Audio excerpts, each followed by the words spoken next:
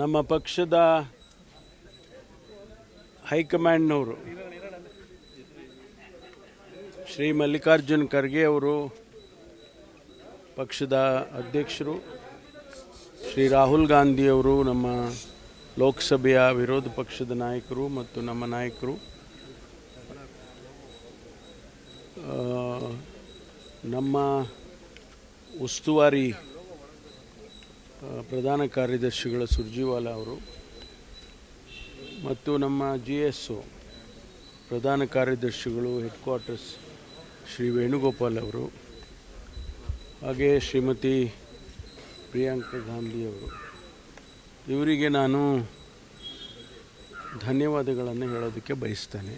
ಯಾಕೆಂದರೆ ಇವತ್ತು ಈ ಒಂದು ಪರಿಸ್ಥಿತಿಯಲ್ಲಿ ನನ್ನನ್ನು ಉಪಮುಖ್ಯಮಂತ್ರಿಯಾಗಿ ಆಯ್ಕೆ ಮಾಡಿದ್ದಾರೆ.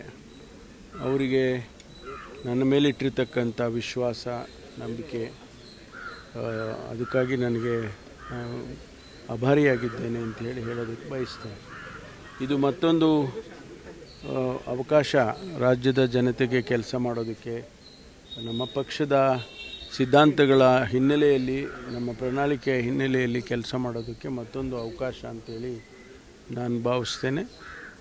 ಹಾಗಾಗಿ ನಮ್ಮ ಏನು ಮುಖ್ಯಮಂತ್ರಿಗಳು ಆಗೋದಕ್ಕೆ ತೀರ್ಮಾನ ಆಗಿದೆ DK ಶಿವಕುಮಾರ್ ಅವರು ಮತ್ತು ನಮ್ಮ ಹಿಂದಿನ ಮುಖ್ಯಮಂತ್ರಿಗಳು ಸಿದ್ದರಾಮಯ್ಯನವರು, ಅವರಿಬ್ಬರಿಗೂ ಕೂಡ ನಾನು ಅಭಿನಂದನೆಯನ್ನು ಸಲ್ಲಿಸ್ತೇನೆ. ಈ ಒಂದು ತೀರ್ಮಾನದಲ್ಲಿ ಅವರು ಕೂಡ ಭಾಗಿಯಾಗಿದ್ದರು.